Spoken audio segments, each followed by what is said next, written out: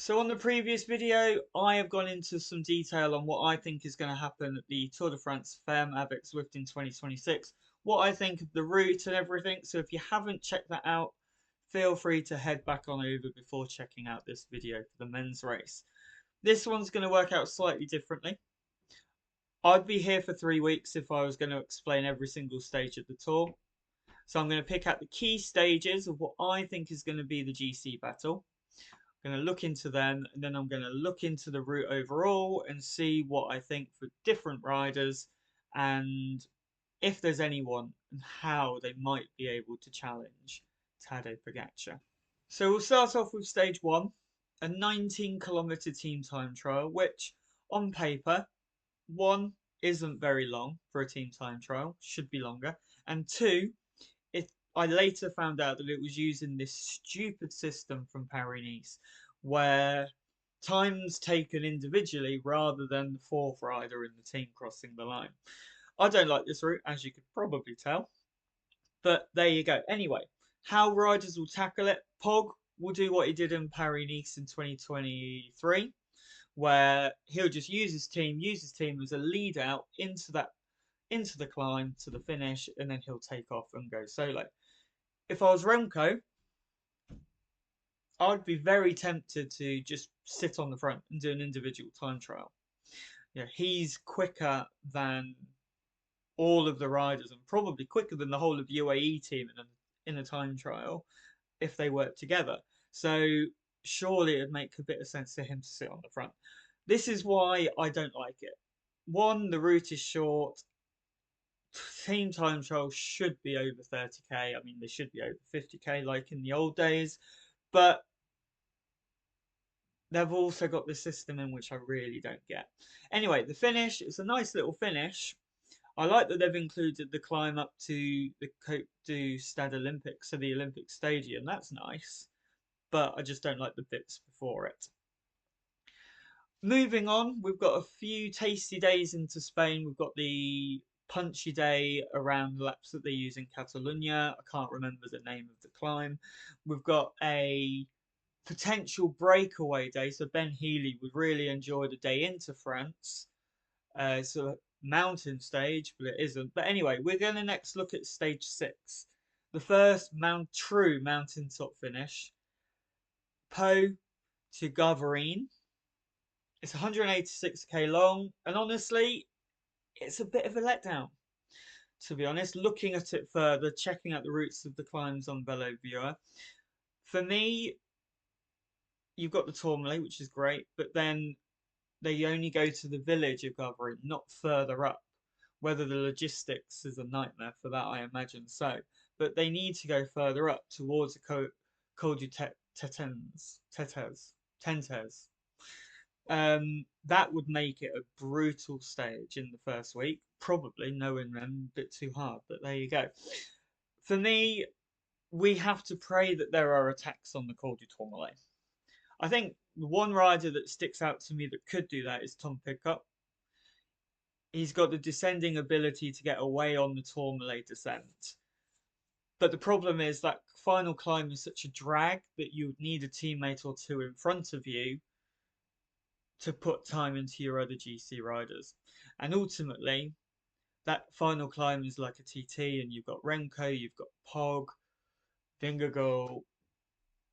Unless they're the ones attacking, you'll be swallowed up and dropped out the back anyway. So, yep, yep, indeed. Anyway, on to stage 10, and we've got the Massive Central, which is normally a really fun stage to watch. Lularon, the repeat of the 2024 Tour de France, the time where we thought Pogacar, oh, maybe he's beatable. I don't see there being any mistakes this time. He'll attack on the Payol again, and I don't think that he'll miss a feed this time. And he'll most likely take the win. It's one though that could set up a little bit of chaos if a team really wanted to have a bit of fun. Stage 16 is the only individual time trial of the race, unless you're Remco and team time individual time trial, the team time trial. It's got a hill in, it's got a downhill, it's got a flat. It's a similar route to what the Tour seems to like these days. They've got the similar TT in the women's. It's just too short, so there won't be any meaningful gaps. If you're Remco, you'd be really disappointed in the lack of time trialing in this race. I'm a traditionalist to a point. Individual time trials need to be over 40k in a Grand Tour. Simple as that. For me, also throw in a 50, throw in a 60k team time, individual time trial. Make it much more interesting. But anyway, I'll get to why later on or in a different video. Stage 19 is the big one, I guess you could say. Gap to Alpe d'Huez. This one, there's nothing before it. The Ornon from that side is shorter than the Borg side. It's not as hard. It's set up for Tadej Pogacar to break Marco Pantani's record. It's as simple as that. It's a short stage. Get to the base of the Alp. Boom. Break the record. Simple. Stage 20 is the final day where you will see any real GC gaps. Borg, again, to Alpe d'Huez. However, this time via the Seren, and this is the attack route. So, again, it's hard to see any gaps against someone, but give it a go. If you go on the Galibier, have a teammate up the road, who knows? You never know, and that's the hope. Final stage is now the Montmartre stage again. They've changed it slightly, so it's now further from the final time up Montmartre to the finish. They come into the laps on the Arc de Triomphe rather than the Place de la Concourse. Potentially makes it harder for a solo breakaway and more likely for the sprinters. So I guess it potentially balances it out slightly. But as we saw this year, if it's wet, it will be for the soloists. So that's the route. That's my key stages. What are my thoughts? My initial thoughts were that I liked it. Apart from the lack of individual time trialing, I liked the look of the route. The mountain stages, they are set up for satellite rider stages. Tourmalet, Galibier, they're good days to have satellite riders up the road to then race up the Seren or the Gavarine. However, it is lacking a really true difficult mountain stage. I don't think the Croix de Fer, Galibier, Seren, Alpe d'Huez on its own is going to be hard enough to cause issues for someone like Pogacar.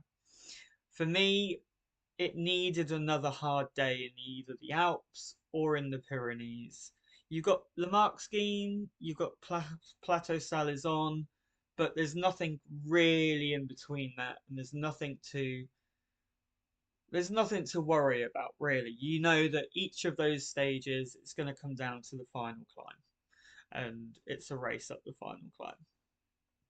I don't like the new TC system, team time trial system, sorry.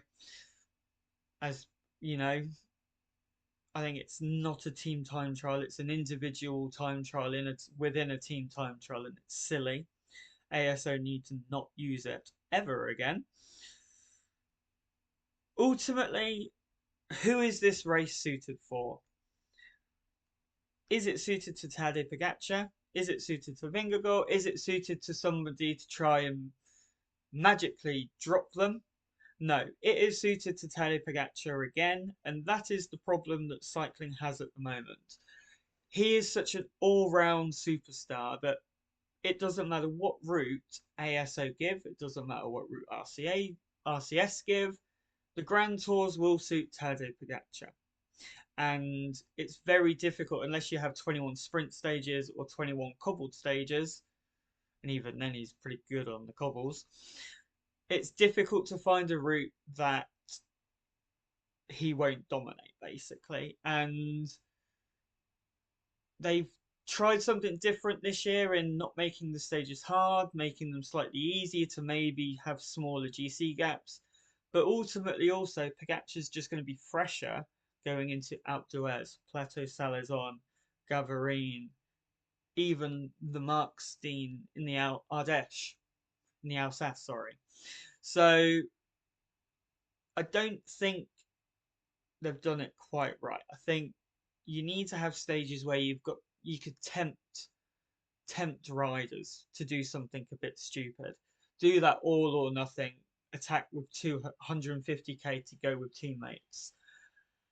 So Pogacar's the problem, but you know he's so good that routes are just suited to him anyway. Remco will be disappointed. I think Vingegaard will be disappointed, but he does have the benefit of having the best satellite rider in the world with Wout van Aert. And sprinters, I think they'll be pretty happy. There looks like there's a lot of sprinter stages, so a lot less chance for Tadej Pogacar to win the green jersey, which is good. I mean, yeah. Uh, how about for the punchers or the classics guys like Mathieu van der Poel?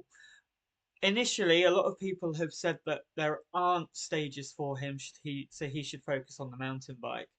And I disagree, but also agree. I think none of the stages I would see look at him and think, oh, he is the overwhelming favourite for them. But if they're raced appropriately, he could factor in. The two stages after the team time trial in Barcelona, he could be up there. He's got the bike handling skills to suit that sort of crit style racing up the Montjuic climb. He's got the ability to survive a hard day like Los Angeles. Then there's breakaway days, like we saw how good he was in breakaways when Johannes Abrahamsen won. There are stages for him. It's just whether he wants to battle out with not being the true favourite for them, like he was this year on stage 2. So overall, it's an okay route. I'd give it maybe a 6.5 out of 10. Long TTs seemingly won't happen. Long team time trials seemingly won't happen. They're out of favour in the mountain stages as well. Overall, the women's route suits someone like Demi Vollering, and the men's route suits Tadej Pogacar. But then any route would suit him. So there we have it, folks. Tour de France Femme route, Tour de France Men route. It's a different route, but we'll wait and see what happens. And we need to plan a holiday as well. I'll see you on the next video.